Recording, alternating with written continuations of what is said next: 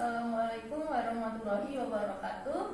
Waalaikumsalam warahmatullahi wabarakatuh. Sebelumnya saya mengucapkan terima kasih karena udah mau berkumpul di sini. Ada yang mau memimpin doa? Berdoa mulai. Bismillahirrahmanirrahim. Raditu billahi rabban wa bil islami dinan wa bi Muhammadin nabiyyan wa rasulah. Rabbi zidni ilma warzuqni fahman. Amin. Doa selesai. Ada yang tadi pagi ada yang belum sarapan? Udah. Alhamdulillah. Hari ini saya akan melakukan konseling kelompok. Ada yang tahu konseling kelompok itu apa? Konseling kelompok itu adalah proses pemberian bantuan kepada konselor untuk membantu menyelesaikan masalah atau memecahkan masalah yang dialami oleh konseli yang dilakukan dengan cara dinamika kelompok. Misalnya itu kalau misalnya itu ada masalahnya seperti masalah pribadi, mau masalah dengan sesama manusia, mau masalah ekonomi, itu bisa dipecahkan dengan proses konseling tersebut. Sebelumnya saya mengucapkan terima kasih karena sudah bersedia berkumpul. Ada yang tahu konseling kelompok itu apa? Konseling kelompok itu adalah proses pemberian bantuan kepada konseli untuk menyelesaikan masalah atau membantu memecahkan masalah. Orang yang membantu itu adalah seorang konselor. Yaitu misalnya kan saya itu kan perannya itu jadi konselor dan mbak-mbaknya itu berperan sebagai konseli. Masalah itu bisa apa aja, bisa mau masalah belajar, mau masalah pribadi, mau masalah ekonomi, itu bisa dilakukan dengan proses konseling tersebut. Konseling kelompok itu ada beberapa asas, yaitu adalah asas kerahasiaan. Kalau asas kerahasiaan itu, kalau ada masalah yang dialami mbaknya itu tidak akan diketahui seseorang kecuali saya, mbaknya, sama Tuhan. Lalu ada asas keterbukaan. Kalau misalnya ada masalah, lebih baik dibicarakan dengan apa adanya tanpa ada rasa malu-malu. Lalu ada asas kesukarelaan. Kalau ada masalah yang dialami bapaknya tersebut, bisa dilakukan secara sukarela tanpa ada rasa keterpaksaan.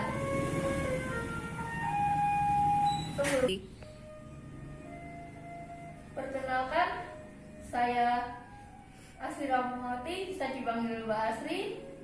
Yang sekarang mbaknya perkenalan lebih dahulu. Nama Amira Sifananda, dipanggilnya Siva. Sebelahnya Syafira Sitapuri, dipanggilnya Cici. Ya berarti ya Mbak Siva sama Cici punya masalah apa aja? Selama pandemi ini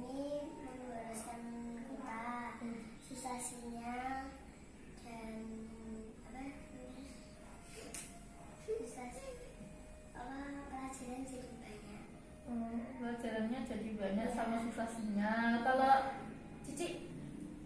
Mempersulit pelajarannya. Oh, mempersulit pelajarannya. Jadi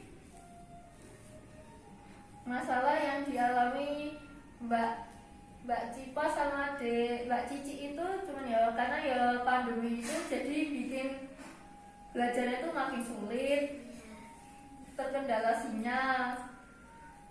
Biasanya tugas makin banyak kan? Iya. Biasanya kalau Siva kalau misalnya kalau garap tugas atau cara misalnya naik sekolah pas pandemi itu gimana? Ya, agak sedih. Sedih, Iya. kurang suka memperhatikan atau kurang? Suka memperhatikan. Oh, suka memperhatikan. Kalau Cici? Selama pandemi paketan jadi boros. Oh, paketan jadi boros. Terus PR-nya ditambah-tambah Oh, terus. ditambah-tambah terus.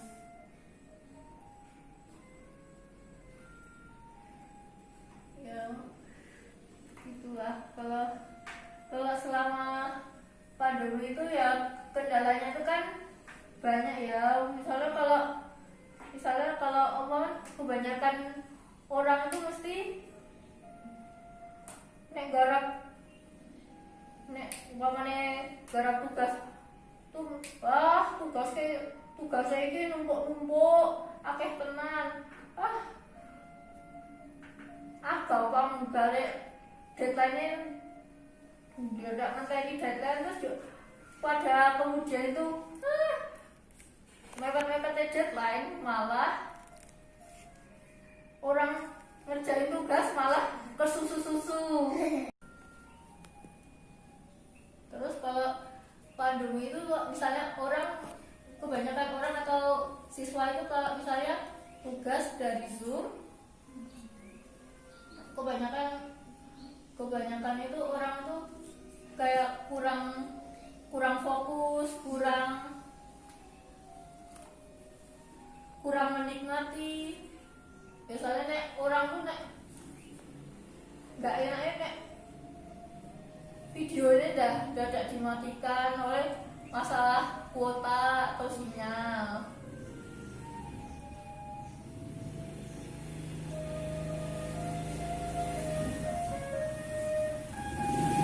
Kalau Ipa sama Cici itu suka yang offline atau yang online?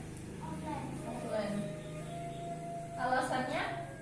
Karena biar paketannya nggak boros. Bener sih ya Mbak Asri ya ngerasain kalau kuliah yang ngerasain kalau yang tugas online sama yang biasa itu lebih enak biasa, soalnya ya kayaknya lebih efektif, lebih berhemat kuota, tidak bergantung sinyal.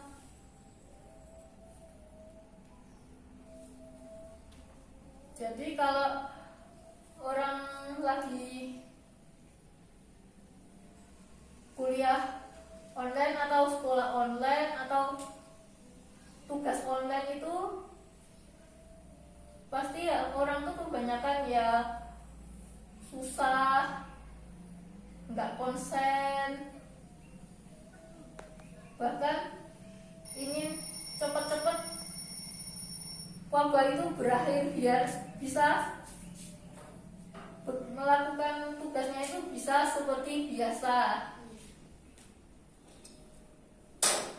Cara mengatasi kendala dari bisa dicicil, misalnya kalau belum dikasih tugas atau dikasih PR ya kasih selingan kayak baca buku,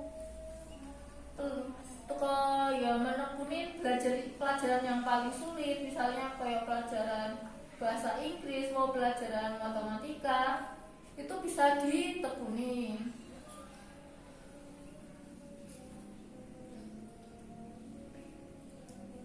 Terus kalau misalnya masih kurang bisa minta bantuan kepada orang tua, bisa bantui dengan teman terdekat, bisa belajar referensi dari internet.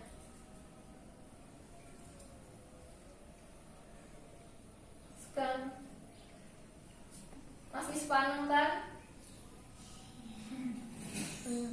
Sekarang ice breaking dulu, berdiri semuanya.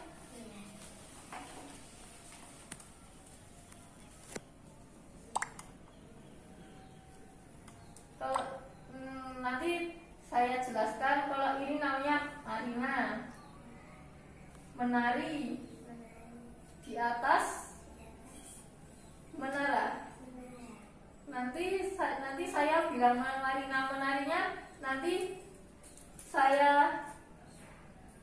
lakukan sesuai yang saya ucapkan ya. 1, 2, 3. Marina menari. Marina menari di atas menara. Marina menara di atas menari. Di atas Marina menari. Marina di atas Marina menari menara. Boleh tepuk tangan. Sekarang boleh duduk. Iya.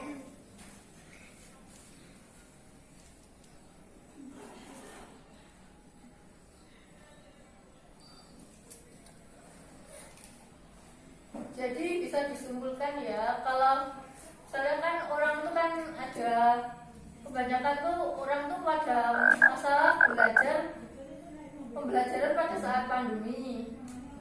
Jadi orang-orang tuh kebanyakan tuh misalnya ada pembelajaran atau tatap muka di pandemi itu banyak kendalanya, seperti ya kendala sinyal, jaringan, kuota, memori, dan lain sebagainya.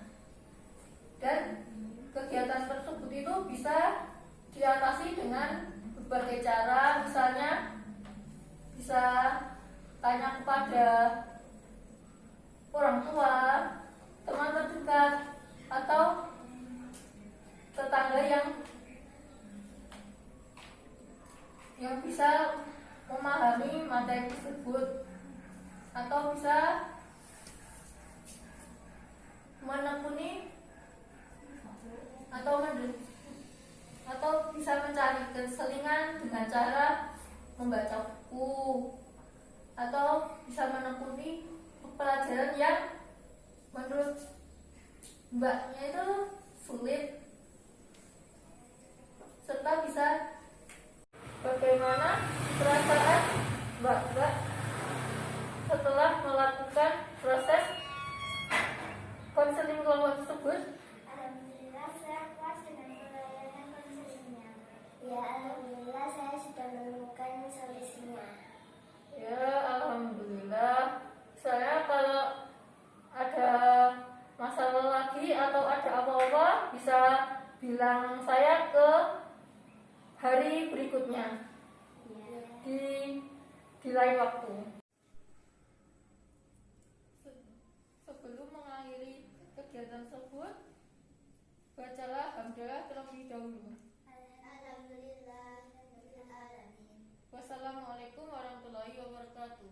Waalaikumsalam warahmatullahi wabarakatuh.